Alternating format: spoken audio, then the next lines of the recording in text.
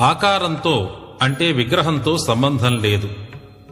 ఈ భక్తికి ఆధారమై ఏర్పరచబడినవే మతాలు.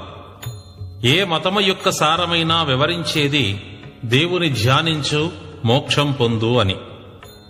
ఒక మహాపట్టణానికి వెళ్లటానికి ఎన్నో మార్గాలుంటాయి.